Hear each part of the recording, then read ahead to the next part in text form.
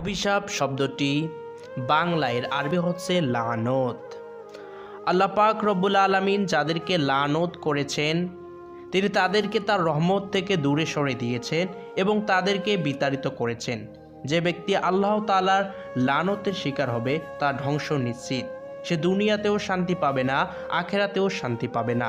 লানতের শাস্তি হচ্ছে বড় শাস্তি।